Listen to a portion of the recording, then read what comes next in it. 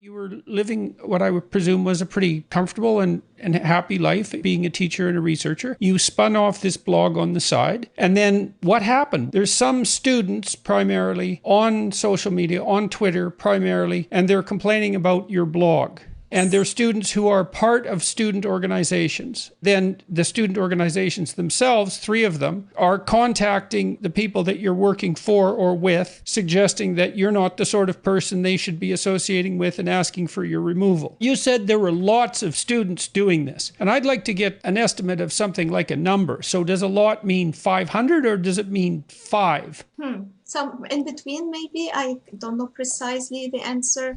Well, the reason I'm asking is because one of the things I'm curious about is just how many people have to complain before complaints are taken with some degree of seriousness. Now, I've dealt with ethics boards, for example, at my own university, and they have a policy that every complaint should be investigated thoroughly. And I'm not very fond of that policy, particularly because there are a lot of people who cause a fair bit of trouble for absolutely no reason. And it seems to me that complaints need to pass something approximating a reasonable threshold before they're dealt with seriously. It's striking when you're talking about this that you don't know how many people actually came after you because they came after you on social media. Were they students who were actually in your classes, or were they just people who read your blog? And what were they objecting to in your blog exactly? Or do you even know what it is that they're upset about? It's hard to answer that question. I know. The numbers that I know of now, I know them because of what happened. But before, I didn't know anything. I personally found it amazing that my university, my employer that I love and respect, did not call me to tell me what was happening.